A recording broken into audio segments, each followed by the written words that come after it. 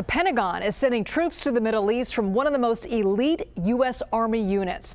Sources have told CBS News the deployment of the 82nd Airborne Division would include fewer than 1,500 troops. So far, the U.S. has relied on an air offensive with the war in Iran. I want to bring in Aaron McLean, the CBS News national security analyst and host of the School of War podcast. Aaron, great to be with you. Let's talk about this 82nd Airborne Division. What makes them so elite? What do they specialize in?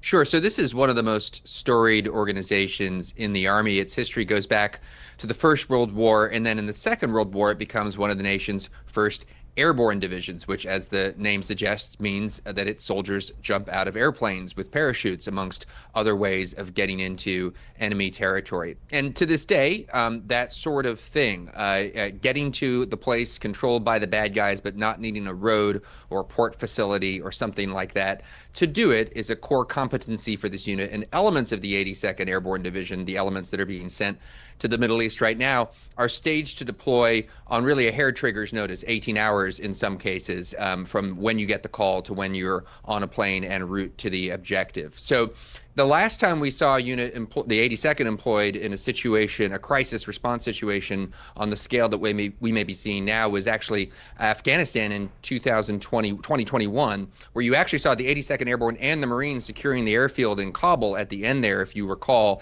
in a similar kind of crisis situation. So how could these elite paratroopers be deployed in this particular war? Are they going to go to the Strait of Hormuz? Where's their priority here? That's certainly one of the possibilities. Obviously, the administration, the military have not disclosed what their precise plans are, but you cite the Strait of Hormuz. That's certainly one option. You could imagine an insertion, potentially with special operations forces, potentially also in cooperation with the Marines, into one of the pieces of terrain in and around the strait. There's some talk of a teeny tiny island called the Rock Island, which in recent days has been getting the nickname of the Hormuz toll booth. It's where the IRGC is controlling traffic through the strait right now. Targets like that are one possibility.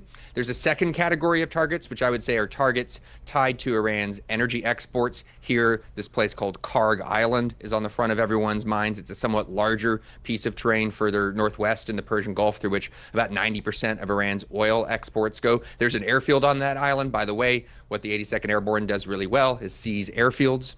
And then, of course, the third category, which we should not forget, is this unit trains regularly with the nation's most elite, the Tier 1 Special Operations Forces, the kind of forces you would expect to conduct a raid against Iran's nuclear sites. It's not impossible that this unit could be part of planning for something like that. Interesting. Because so far we're hearing the Pentagon has relied on airstrikes. So I'm curious what this deployment really means for the overall strategy moving forward. I mean, this is technically boots on the ground. Do you think those other special forces are going to come in as well?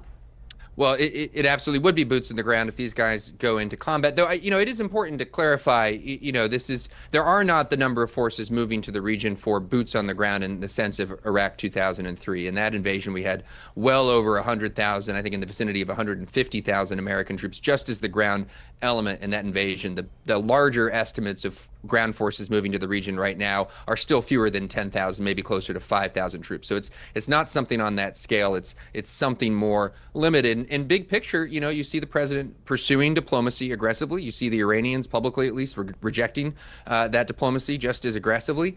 And the president is building up his options to conduct further operations, arguably to escalate. Aaron McLean, great to see you. Thanks so much for that insight.